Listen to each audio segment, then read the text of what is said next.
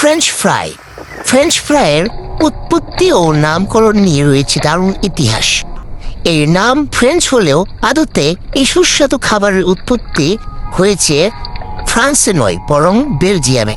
তবে মজার বিষয় কি জানেন, 16 শতকের দিকে বেলজিয়ামের দরিদ্র গ্রামবাসীরা নদীতে ছোট মাছ ধরে ভেজে খেত।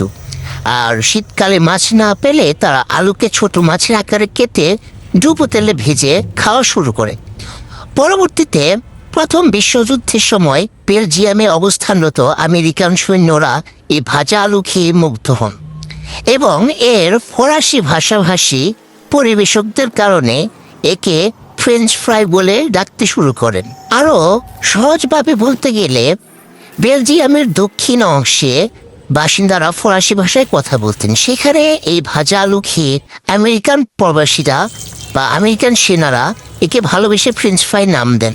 আর পরবর্তীতে এই খাবারটি আমেরিকা সহ সারা বিশ্বে ফাস্টফুড আইটেম হিসেবে তুমুল জনপ্রিয়তা লাভ করে। মুচমুচে ফ্রেঞ্চ ফ্রাই খেতে কিন্তু বেশ দারুণ লাগে। তো আমার এই রেসিপিটি আপনাদের কাছে কেমন লাগলো অবশ্যই কমেন্ট করে যাবেন।